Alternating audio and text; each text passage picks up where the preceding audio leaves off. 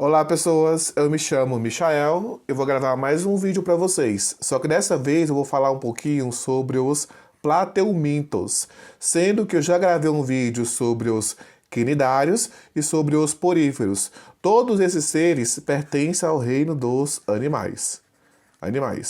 Então se você não aprendeu sobre os poríferos e os quinidários, se quiser assistir a videoaula, já está disponível aqui no canal.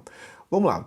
Sendo que os plateumintos, que é o foco dessa nossa videoaula, ele está em um grupo isolado aqui, ó. Temos o grupo aqui dos plateumintos. Do outro lado, se você observar, vai ter o dos quinidários e vai ter o dos poríferos. O que o plateuminto tem de diferente em comparação com os quinidários e com os poríferos? Porque se você observar, ó, ele tem um grupo, um táxon só para ele, tá vendo, ó? Tá separado dos outros. Porque os poríferos, vamos lá, só revisando aí, tá? Os poríferos, ele não tem tecido, por isso que está no grupo isolado, chamado de parametazoa, certo? Já os quinidários, ele possui tecido. E os plateumintos também possuem tecido. Então, por que os quinidários e os plateumintos não estão no mesmo grupo? Porque o plateuminto, ele possui mais tecido que o quinidário. Sendo que o quinidário possui dois tecidos, ele é diblástico, nós chamamos de diblástico. E os diblásticos e os plateumintos possuem três tecidos, triblásticos. Então essa é a diferença entre os dois, a diferença primordial. Os tecidos que cada um possui. Apenas isso, não. O plateuminto vai ter várias outras diferenças que eu vou explicar no decorrer dessa videoaula. Mas uma diferença, assim, que separa os grupos é a presença ou não de um tecido. Nesse caso, o quinidário tem 2 e o plateuminto tem 3 tecidos. Beleza? Continuando aí. Outra observação. Os quinidários, eles têm uma simetria chamada simetria radial. Como assim? Se você pega um quinidário aqui, uma água-viva, e divide essa água-viva, ela vai ter várias simetrias. Esse lado é parecido com esse, que é parecido com esse, que é parecido com esse. Isso nós chamamos de simetria radial, certo? Seria os lados, você pode cortar aqui no eixo, que vai ter vários lados semelhantes. Já os plateumintos não têm simetria radial, tem simetria bilateral. Bilateral. O que seria isso aqui, ó? Simetria bilateral. O que seria isso? Se você pega o plateuminto aqui, ó, e divide no eixo aqui, ó, você vai ter o lado esquerdo e o lado direito. Agora, se você divide de outra forma, talvez você não alcance essa simetria. Ou é esquerda e direita, ou é frente e costa, né, que é dorsal e frontal. Então a simetria só é duas, é bilateral. Nesse caso, é os plateumintos. Perfeito? Continuando. Plateuminto, por que o nome plateumintos? Plateumintos porque eles são vermes. O significado é verme. Ah, professor, mas como assim verme? Eles são chamados de vermes achatados. Então, se você observar, aqui vamos ter um exemplo de plateuminto. Ele é bem achatado, tá vendo? Ó? Ele é achatado. Temos outro tipo de verme, que são vermes cilíndricos, que eles são meio assim, ó. É mais ou menos assim. Que é o próximo filo que eu vou explicar para vocês, que são nematóides, né? Que são nemateumintos. Aí, nesse caso, os plateumintos não são assim, eles são achatados. Temos aqui um exemplo, que é uma planária, certo? Que é um grande exemplo aí do filo dos plateumintos. Se você observar aqui, ó, ele também é uma planária, também, nesse animalzinho aqui, perfeito? Beleza. Mas qual seria um outro exemplo de plateuminto, sem ser a planária? A tênia. A tênia, gente, também é conhecida como solitária, que eu vou explicar mais sobre ela no decorrer dessa videoaula. Dois exemplos, né? Grandes exemplos, que é a planária, que não é parasita, e temos a tênia, que é um parasita. Perfeito? Beleza. Quais são as principais características? Primeiro, eu já expliquei, o corpo dele é achatado, certo? Terceiro, possui 3 tecidos, então ele é triblástico, tem 3 tecidos aí embrionários. A simetria é bilateral. Se você dividir esse C, vai ter esquerda, direita, frontal, dorsal. Porém, só temos 2 lados simétricos. Você não consegue dividir esse C em vários lados simétricos. Beleza? É o primeiro C a possuir cefalização. Beleza, o que seria cefalização? Primeiro que esse C, ele possui um sistema nervoso. Até aí de boa. Mas o sistema nervoso dele é diferente do grupo anterior, do filo anterior, dos quinidários. O sistema nervoso dele, primeiro C a possuir esse sistema nervoso, foram os quinidários. O plateuminto também tem sistema nervoso, mas só que o sistema nervoso do plateuminto não é igual ao dos cnidários. Os cnidários têm uma rede difusa. Eu não tenho um centro aqui de comando. Eu tenho várias redes que vai se espalhando pelo corpo do animal. Diferente dos plateumintos. Temos aqui a planária, novamente, que é um grande exemplo aí do filo. Aqui, ó, vai ter dois gânglios cerebrais, certo? E desses gânglios que vai partir aí o cordão nervoso. Então observa, não é difuso, eu tenho uma central aqui, ó, eu tenho uma massa encefálica aqui, ó, essa região de comando, diferente dos cnidários que não tem essa região. É um sistema nervoso ganglionar, eu possuo gânglios aí, perfeito? Então é o primeiro ser vivo a ter uma cefalização, a ter um comando, a ter uma organização do sistema nervoso. Temos aí os seres que são parasitas, eu acabei de dar um exemplo, a tênia é um exemplo de plateuminto parasita. Temos outro exemplo de vida livre também, que não é parasita, temos aí a planária, até já está aqui em cima aqui, né? A planária, certo? É um exemplo aí de vida livre, perfeito? Continuando. Expliquei isso aqui. Uma outra observação. Já disse que eles são triblásticos. Ele possui 3 folhetos aí embrionários, que vai dar origem a 3 tecidos. Temos aí o primeiro folheto, ectoderme, mesoderme e endoderme. Esses são os 3 folhetos. Os cnidários, eu gosto de pegar como exemplo os cnidários, que é um filo, no clado lá, o que eu acabei de explicar, é um filo anterior, né? Sendo que lá nos cnidários eu só tenho o ectoderme, certo? E o endoderme, só. Eu não tenho o mesoderme nos cnidários. Nos plateumintos eu já tenho o mesoderme. Uma outra observação que eles são chamados de acelomados. Acelomados. Esse A na biologia, na maioria das vezes, quer dizer não. Ele não possui o quê? Um celoma. Plateuminto não possui um celoma. Mas o que seria um celoma? Celoma, gente, é uma cavidade. É uma cavidade. Plateuminto, se você observar aqui, ó, ele não possui uma cavidade. Perfeito? Essa cavidade, para ser celomado, tem que ser preenchido de um tecido chamado de mesoderme. Então, uma cavidade preenchida com o mesoderme. Como ele não possui essa cavidade preenchida com o mesoderme, ele é acelomado, ele não tem celoma. O próximo filo que eu vou explicar nas próximas aulas é o nemateuminto. Nemateuminto, ele possui um pseudoceloma. Pseudo na biologia quer dizer falso. Então, quando você olha para cá, você pensa que ele tem uma cavidade, que é o espaço vazio. Ele tem uma cavidade. Mas só que para ser celomado, além de ter uma cavidade, essa cavidade tem que ser revertida com o quê? Isso mesmo, com o mesoderma. Então observa, eu vou ter aqui esse rosinha que é o mesoderma, vai estar em volta dessa cavidade, né, que é esse espaço aqui, mas só que temos uma observação. Eu vou ter o mesoderma em volta, mas dentro aqui, ó, da cavidade eu vou ter o endoderma. Então observa, o mesoderma, ele não está em volta de toda a cavidade, porque eu vou ter o outro tecido chamado de endoderma também nessa cavidade. Diferente dos celomados. Celomado eu vou ter a cavidade, como eu estou mostrando aqui, ó. Vai ter aqui a cavidade, mas só que essa cavidade, ela é o quê? Em volta dela, eu vou ter o tecido chamado de mesoderma. Observa aqui, ó. Eu vou ter aqui a parte rosinha, que é o tecido mesodérmico, tá vendo, ó? Em volta de toda a cavidade, eu vou ter o mesoderma. Então, por isso que esses animais são chamados de celomados. Professor, mas eu vou ter aqui o endoderme também. Aqui o azulzinho, eu vou ter também, ó, o endoderme. Mas só que na cavidade, quem está preenchendo, perdão, quem está em volta da cavidade, nesse caso é o mesoderma, beleza? Mas para que serve essa cavidade? É onde vai ficar os órgãos aí, as vísceras desse animal, perfeito? Então o plateuminto, ele é acelomado, porque primeiro não possui cavidade e segundo, não possui mesoderma em volta da cavidade. Nem cavidade ele possui. Perfeito? Massa. Tem uns que são parasitas, como eu já expliquei, e tem outros que são de vida livre. Os que são parasitas, alguns vão ter o que nós chamamos de ventosas. Ventosa nada mais é do que o que eu vou destacar aqui, ó, essa região.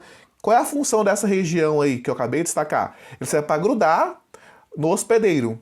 Então os parasitas eles grudam pelas ventosas. Eu coloquei aqui embaixo um desenho aqui, ó, de um desentupidor de pia. Esse desentupidor é semelhante a uma ventosa, essa parte aqui, ó, que eu vou apagar, eu vou destacar, essa parte aqui, ó, é bem parecida com a ventosa desse animal. Quando ele gruda, dificilmente ele vai soltar o animal. Mas também temos animais de vida livre, como as planárias. E as planárias, para ela conseguir se movimentar por aí, ela precisa captar estímulos, né?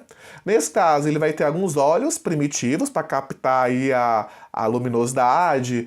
Os olhos desse animal, nós chamamos ele de ocelos. Aqui, ó, ocelos.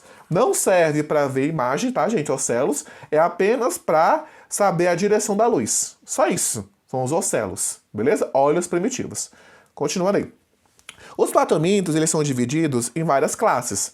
Temos a classe turbelária, certo? Que são os turbelários, em português. Temos aí o trematoda, que são os trematódios, em português. Temos aí o cestoda, que são os cestódios. É um nome muito esquisito, né? Turbelária, trematoda, cestoda, é muito esquisito, né? Tipo sextou, né? Sextou. Sextou com S de... Continuando. Os turbelárias, que é uma classe dos platomintos, temos aí como grande representante as planárias. Não são parasitas, certo? Esse filo.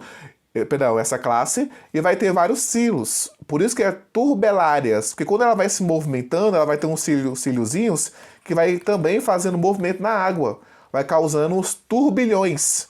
Esse turbilhão, essa movimentação da água, que dá o nome para essa classe, certo? Vamos falar mais um pouquinho sobre essa classe? Beleza. Essa classe, primeiro, que possui vida livre, como já expliquei, certo? Podem ser encontrados em ambiente aquático ou também em ambiente aí marinho também, tá? Então, água doce, água salgada aí, você consegue encontrar esses seres aí dessa classe. Temos como exemplo, como eu já disse, as planárias. Vamos falar mais um pouquinho sobre as planárias. Se você observar aqui, ó, aqui embaixo vai ter uma planária, e aqui em cima vai ter o corte de uma planária. Eu vou explicar agora sobre as partes da planária. Temos aqui a primeira parte, que é a amarelinha, tá vendo? Ó? Essa parte nós chamamos ela de epiderme, certo? Sendo que essa epiderme é um tecido de revestimento, vai ficar em volta desse animal. Tem função? Lógico que tem. Revestimento. Qual é a outra função desse tecido aqui? Outra função é que, graças a ele, que esse ser consegue se movimentar. Porque nesse tecido, eu vou ter aqui embaixo, ó, como eu estou destacando, uns cílios. Tem uma epiderme que é ciliada. Essa epiderme ciliada, que está na parte aí inferior desse animal, tem uma função muito importante, que é o quê? Facilitar na movimentação desse ser. Então, esses cílios, ele vai se movimentando e facilitando, esse ser consegue se movimentar por conta disso. Aqui, ó, se você observar, vai ter umas glândulas mucosas, né? Essa glândula mucosa também tem uma função de movimentação e proteção também. Que essa glândula mucosa, quando libera esse líquidozinho aqui, ó, que está sendo liberado, ele deixa o animal mais escorregadio, facilita na movimentação desse ser. Temos aqui, ó, um tecido, ó, esse rosinho aqui, ó, que é o mesênquima. Qual é a função desse mesênquima? Ele é totipotente. O que são desse totipotente? Esse mesênquima, que é esse rosinho aqui, ó, que está entre a epiderme, que é esse amarelinho, e entre a cavidade digestiva aqui, ó, que é esse círculozinho, tá bem próximo, ó, vou marcar um xizinho aqui, ó, tá entre os dois, né? Esse rosinha, ele tem a função totipotente. Esse tecido pode se transformar em qualquer outro tecido. Pode dar origem a qualquer outra parte do corpo desse animal. Então, se eu pego essa planária e divido ela bem aqui no meio, corto ela, esse tecido totipotente, ele é responsável por dar origem a uma nova planária, dar origem a um novo ser, dar origem a novas estruturas. Então, esse tecido mesênquima, ele é super importante nesse animal, certinho? Vai ter aqui, basicamente, aquilo que eu expliquei, certo? Eu aconselho vocês a pausar, a copiar as informações mais relevantes, perfeito? As planárias, os platelmintos, na maioria deles, tem sistema digestório incompleto. Como assim? Eu tenho boca? Tenho. Tem ânus? Não. Só tem boca. Ó, ele não tem aí o sistema digestório completo. Eu não tenho uma cavidade, um orifício de saída e um orifício de entrada. Perfeito. E como é que funciona essa digestão? A digestão é o seguinte, como é que ele absorve o alimento? Primeiro que a digestão é tanto intracelular como extracelular. Como assim? Esse animal vai jogar umas substâncias, umas enzimas, essas substâncias vão ser jogadas em cima do alimento e vai começar ali a digerir esse alimento. E depois, ela com a faringe, com a boca, com essa estrutura aqui, ela vai absorver esse alimento. Então observe, primeiro vai começar a digestão fora do corpo, que ela vai liberar um líquido para que inicie todo o processo, e depois ela vai absorver e vai concluir a digestão dentro do corpo. Então a digestão é tanto extracelular, fora, quanto intracelular, dentro do corpo. Perfeito? Mas como é que ela faz para eliminar as excretas? Gente, para eliminar as excretas, a maioria das excretas são eliminadas de forma por difusão, tá? A célula vai absorver o alimento e vai eliminar pela célula mesmo. Porém, ele vai ter também um sistema de excreção, um pouco mais complexo, certo? E como é que funciona o sistema de excreção? É assim, vai ter os protonefrídeos. O que é o protonefrídeo? Protonefrídeos são os tubos. Esse rosinha que eu tô marcando aqui, ó, são os protonefrídeos. São esses tubos vermelhinhos aqui, ó, que tá no corpo desse animal. Qual é a função desses tubos? É por onde vai passar as excretas. Então a célula, ela vai digerir, ela vai absorver aquilo que for necessário do alimento, depois vai liberar o que não é interessante para o corpo do animal. Quando a célula libera o que não é interessante para o corpo do animal, vai ter uma célula chamada célula flama, que vai estar lá no corpo, espalhada por esse corpo desse animal, esperando essas excretas para poder absorver ela. Então a célula flama ela vai bater nos teus flagelos, né? E vai fazendo com que as excretas entrem nesse tubo. Entrou nesse tubo, perfeito. Ela vai ser conduzida por esse tubo e vai sair por um poro, que nós chamamos de poro de excreção. Então, qual é a função da célula flama? É encaminhar essas excretas para o poro de excreção, certo? Beleza. Tem nome para isso? Tem. Se esse flagelo for apenas um flagelo que vai ficar batendo ali, fazendo com que a água se movimente, organizando o fluxo da água para dentro desse túbulo, nós chamamos isso de solenócito. Apenas uma célula com um flagelo. Mas se for vários flagelos, como vocês podem ver aqui, ó, vários flagelozinhos, nesse caso são célula flama. Qual é a função das duas? Como eu já disse, movimentar a água, fazer com que as excretas saiam pelo tubo ali de excretor, né? Pelo túbulozinho aqui, pelo poro de excreção. Certinho? Beleza, continuando aí. Como eu disse aqui, ó, embaixo, ó, tem túbulo de excreção? Tem, mas a maioria vai liberar ali a sua excreta por difusão simples. Vai sair ali do corpo do animal de forma mais simples, né? Mas se porventura, mas existe um sistema de excretor nele, certo? Que são aí pelas células, conduzidas pelas células chamadas de solenócito ou célula flama, né? Beleza. O sistema nervoso desse animal, como eu expliquei lá no primeiro slide, o sistema nervoso ele vai ter os gânglios, né? Ele vai ter os gânglios nesse sistema nervoso. São dois gânglios, temos aqui um e temos aqui o outro.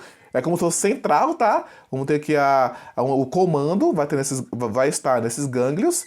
Nesse gânglio vai ter aqui, ó, um cordão nervoso desse lado e outro cordão nervoso desse outro lado, certo?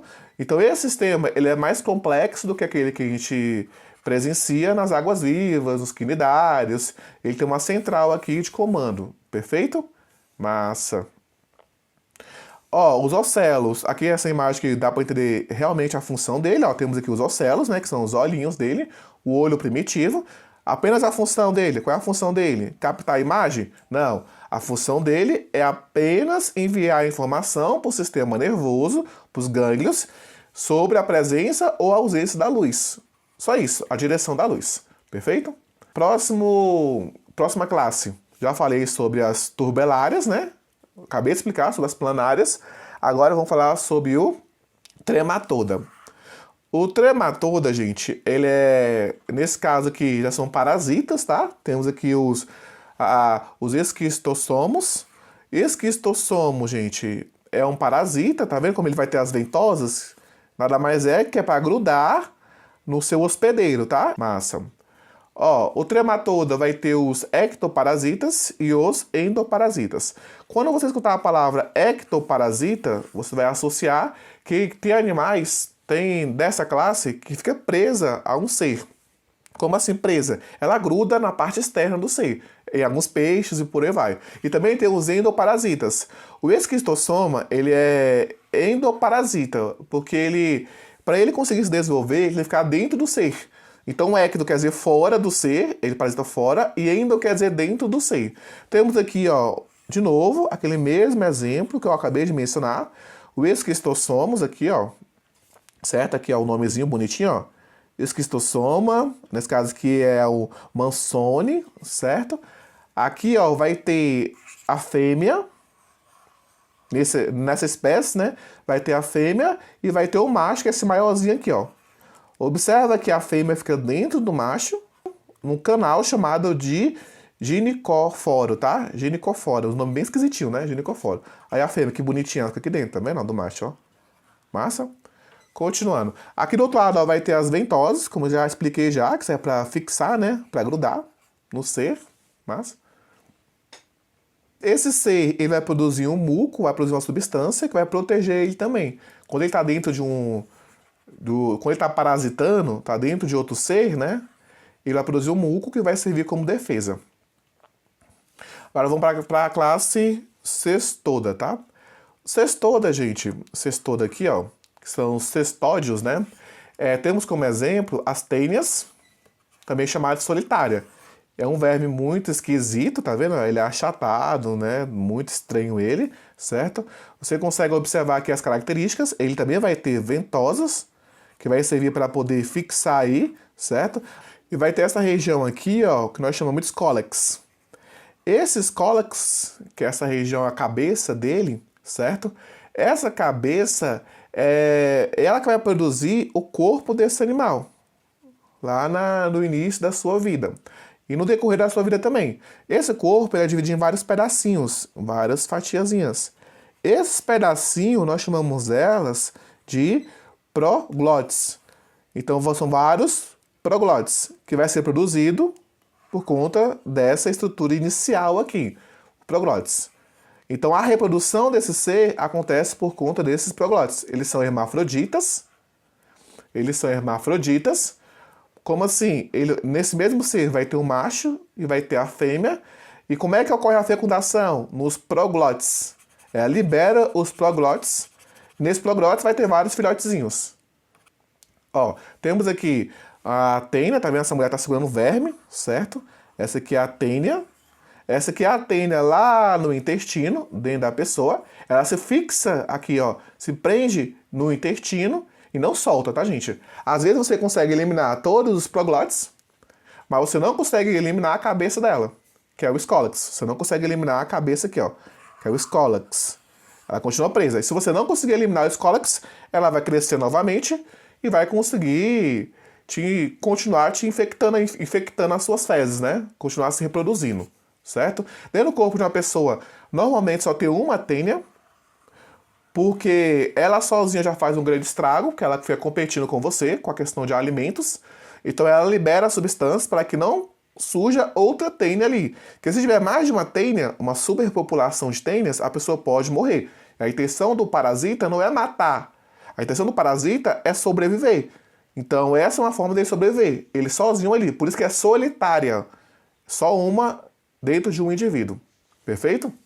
Como eu acabei de explicar, ó, vai ter aqui apenas um único verme dentro do hospedeiro, certo? Outra observação, não tem esse ser, esse platomito, ele não tem sistema digestório. Aplanário, sistema digestório incompleto, nesse caso não tem sistema digestório. Ele se fixa ali ao intestino e dali ele vai absorvendo os nutrientes e vai liberando por difusão ali, certo? Vai ter a cabeça chamada scólex, como eu expliquei, que é a cabecinha aqui, ó. Que são os scólex, que auxiliam aí na fixação e também na produção das proglotes aqui, ó. Beleza? Proglotes, aqui, ó, vamos ter dois tipos de tênia. Tem a tênia chamada tênia sólio e a tênia chamada de saginata. A tênia solium é a tênia que vai normalmente ser encontrada na carne de porco. Aqui é a carne de porco. Já a tênia Saginata você vai encontrar aí no boi. Na carne de vaca, boi, você encontra esse tipo de animal, certo? Cada um em um ser diferente. Ó, esses seres platomintos, eles podem se reproduzir, nesse caso, de duas formas. Ou elas são monogênicas, ou elas são, esses parasitas, tá? Ou é monogênico, ou eles são digenéticas. Monogênicos é quando o ciclo de vida desse ser todo, ele passa apenas por um hospedeiro. Nesse caso aqui, ó, vai ter o peixe, certo? Ele vai ter aqui um parasita chamado de Gyrodactylus. Esses Gyrodactylus, ele só vai infectar o peixe.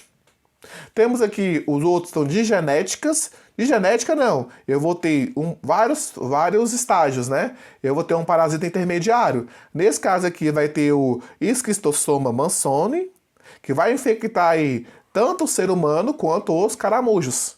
Vou ter ali o caramujo, né, como intermediário, que o definitivo é o ser humano, mas eu vou ter aí vários hospedeiros. Nesse caso, nós chamamos isso de reprodução do tipo de genética. A reprodução aí das planárias, ela pode ser tanto sexuada quanto assexuada. O assexuada é quando você pega esse animal, quando ele divide um pedacinho dele ali, você parte um pedacinho desse animal, ou ele naturalmente ele vai deixar esse pedacinho, soltar esse pedaço, e esse pedaço vai dar origem a outra planária. É tipo fragmentação, né? Laceração. Partir um pedacinho, aqui vai ter células totipotentes, que vai dar origem a todo o animal novamente. Aqui você consegue observar, ó, que a planária tem um grande poder aí de regeneração. Ele partiu ela aqui no meio e cada parte, ó, deu origem a uma nova cabeça, tá vendo? Ó?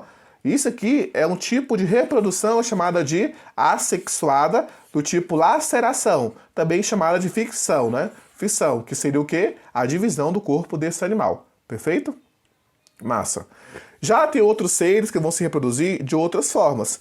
Tem aqui, como já expliquei, o esquistossoma. Temos vários tipos. Esquistossoma. Tem um que é encontrado na África, tem outro que é encontrado na Ásia e tem outro que é encontrado na América. O esquistossoma hematóbio, o esquistossoma japonicum e o esquistossoma mansoni. O mais importante para a gente aqui é o Esquistossoma mansoni, que é encontrado aqui no Brasil, certo? É o mais relevante aí por questões aí de saúde. Massa. Vamos falar um pouquinho sobre ele, tá? Ele vai ter o verme macho, certo? Vai ter o verme macho e vai ter o verme fêmea. Sendo que eles ficam o tempo todo ali copulando, se acasalando, para dar origem a novos seres, a novos vermes, né? E esses vermes, eles vão dar origem de qual maneira? Mesmo vão ficar lá copulando, né? Se relacionando. Temos aqui uma imagem para que você entenda. Esse verme vai estar lá no seu intestino, produzindo ali novos seres. Esses seres nós vamos chamar de ovos, certo? Mas para sair do seu corpo, ele tem que sair de alguma maneira. Ele vai sair nas suas fezes. Então, se porventura alguém ali dá uma cagadinha, né? Defecar ali, cagar no meio do mato, ou cagar ali na água, e essa fezes estiver contaminada com os ovos desse ser, a pessoa pode acabar, a pessoa ali que está com essa doença, né, que é o esquistossomose, que está lá com o esquistossoma mansoni, essas fezes vai estar contaminada com o ovo. Esse ovo ele vai se desenvolver e vai formar o que nós chamamos de uma célula ciliada. Certo? Uma estrutura ciliada, perdão. Essa estrutura ciliada, nós chamamos ela de miracídio. Esse miracídio é ciliado, ele consegue se movimentar, ele vai encontrar um caramujo, vai infectar esse caramujo e vai começar a se desenvolver dentro do caramujo. Mas só que esse caramujo não é o hospedeiro definitivo, é o hospedeiro intermediário. Isso significa que em algum momento esse caramujo vai liberar esse ser, que ele não é definitivo ali dentro. Então, quando esse miracídio ele se desenvolver, ele vai se transformar numa larva que nós chamamos de cercária. Essa cercária, que é uma larva ciliada também, que é esse daqui, ó, que eu vou marcar aqui, qual é a função dela? Ela vai nadar por algumas horas, procurando um ser para poder infectar, um ser humano. Então ele vai nadar, vai encontrar o pé de um ser humano, vai entrar pela pele do ser humano e vai infectar esse ser humano. certo? Então esse é o ciclo dele. Tudo começou por conta da falta de saneamento básico, a falta ali de noção aqui do ser, né? Ele vai cagar ali no meio da água ali, contaminando tudo, perfeito? Observa aqui, ó, esse ser que ele já tá contaminado, tá vendo? Olha o tamanho da barriga. Vocês conhecem como barrigão, né? Doença do barrigão. Nesse caso aqui, ó, a barriga cresce por quê? Porque vai afetar tanto o fígado quanto o baço. Então o fígado e o baço, ele vai inchar, vai crescer, dando esse aspecto aqui de barriga, uma barriga gigantesca, né? Perfeito? Massa. Ó, a fêmea, ela consegue colocar por dia, como está escrito aqui no slide, ó, 400 ovos por dia. Esses 400 ovos, eles vão ficar lá na parede do intestino, certo? Esperando para ser eliminado nas fezes, como eu acabei de explicar. Uma outra observação. Esse miracídio, como eu expliquei, que ele vai ficar nadando até achar o caramujo, ele vai ficar nadando ali, vai ficar se movimentando por em torno de 8 a 12 horas até encontrar o caramujo, até infectar o caramujo, certinho? Beleza, aqui ó, vai ter um desenho mais bonitinho, né, mais técnico. Aqui do lado vai ter a explicação, pausa o vídeo, grava essa explicação, porque é importante, tá? Vamos lá, agora eu vou explicar de maneira mais técnica. Aqui ó, o menino vai cagar em algum lugar, no rio, né? Essas fezes vai ter lá os ovos. Aqui dentro vai ter vários esporócitos, certo? Dentro aqui, ó, vai ter... Aqui dentro vai ter vários... Dentro dos ovos vai ter vários esporócitos.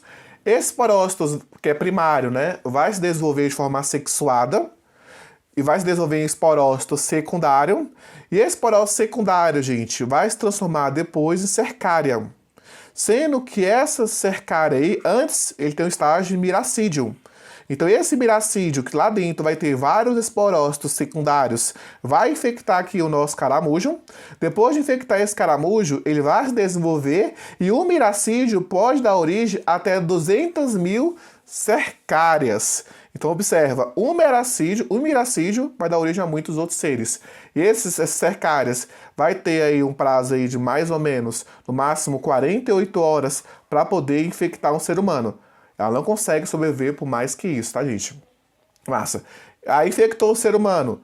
Aí a pessoa agora tem esquistossomose. Nesse caso, ela vai ter uma doença que vai inchar aqui a barriga. Olha aqui um exemplo aqui, ó. Olha o tamanho dessa barriga desse menino aqui, ó. Certo? Por conta do crescimento aí do fígado e do baço. Aí você deve estar pensando, não, pô, é de boa. É apenas um miracídiozinho aqui, ó. Que vai dar origem a 200 mil cercárias. Mas quantos ovos esse ser, o ser humano, consegue liberar por dia aí? Gente, vários ovos. Uma fêmea e um adulto consegue produzir, ao todo, 300 ovos todo dia. Então, todo dia 300 ovos, que vai dar origem, provavelmente, a 300 miracídios. Cada miracídio vai dar origem a 200 mil cercárias. Então, é muita coisa. Aí você deve estar pensando, pô, mas então eu não posso nadar em rio? Pode, mas aí você tem que evitar alguns horários, tipo 10 às 4, tem que evitar rio aí que tem esses caramujos, né? E também tem que evitar, gente, também beber água sem ferver ela, beber água de rio sem ferver. Eu sei que isso é muito óbvio, né? Mas se você beber água sem ferver, você pode acabar ingerindo as cercárias, ou você pode acabar entrando numa água contaminada. Então tem que evitar tudo isso aí, tá? Para que não pegue essa doença, que é uma doença muito complicada, certo? A tênia, gente, é um plateuminto, né? Como eu expliquei, elas são hermafroditas, também já expliquei isso. A tênia, ela pode ocasionar duas doenças, a teniase e a cisticercose. A teniase é quando você come uma carne contaminada. E a cisticercose é quando você não come uma carne contaminada, e sim você ingere os ovos de tênia. Vou explicar melhor sobre isso aí nos próximos slides. Mas antes de falar sobre isso, a tênia ela pode liberar por dia em torno de 10 proglótides. Lembra que essas partezinhas aqui desse animal é chamada de proglótides? Ela libera até 10 por dia. Sendo que essas liberações, essas proglótides, aqui dentro vai ter em torno de 80 mil ovos. Então, cada coragem desse aqui, ó, tem 80 mil ovos. Então, como é que você libera isso aqui? Nas fezes, tá, gente? Você libera nas fezes essas proglótides. Aqui, ó, temos um esquema, vai ficar mais fácil de entender. Aqui vai ter o ser humano. Esse ser humano aqui dentro, ó, vai ter aqui uma tênia adulta, que vai estar liberando as suas proglótides. Essas proglótides que ele vai liberar lá dentro vai ter 10 mil ovos de tênia. Esses ovos, vamos fingir que a pessoa deu uma cagadinha ali, cagou no meio do mato, certo? Esses ovos vão ficar ali na terra, a proglótise vai ficar ali na terra, esperando o seu hospedeiro intermediário. Como assim? Aí vai vir uma vaca, essa vaca vai se alimentar lá do capim, e por azar, nesse capim vai ter os ovos de tênia. Esses ovos, ele vai entrar dentro do corpo desse animal. A vaca é a tênia saginata e do porco a tênia sólio, certo? Entrou dentro desses animais. O que vai acontecer? Essa tênia, ela vai se desenvolver, esses ovos eles vão se desenvolver nos músculos desses animais, e o nome desses ovos, depois que ele sofreu o processo de desenvolvimento, é cisticercos. Então, cisticercos é os ovos que se transformaram nessa estrutura aqui. Esse cisticerco, gente, nada mais é do que um escólex, a cabeça da tênia, só que um pouco menos desenvolvida ali. Esse cisticerco, quando o cara se alimentar da carne mal cozida, ele vai se alimentar de cisticercos. Vai se alimentar dessa estrutura. E esse cisticercos, ele vai ali se instalar no intestino, no corpo do ser vivo, no corpo do ser humano. E se esse cara se contaminar com a tênia, automaticamente ele pegou teniase. Por quê? Porque eu tenho aqui tanto o hospedeiro intermediário, que é o porco ou a vaca, e o hospedeiro definitivo.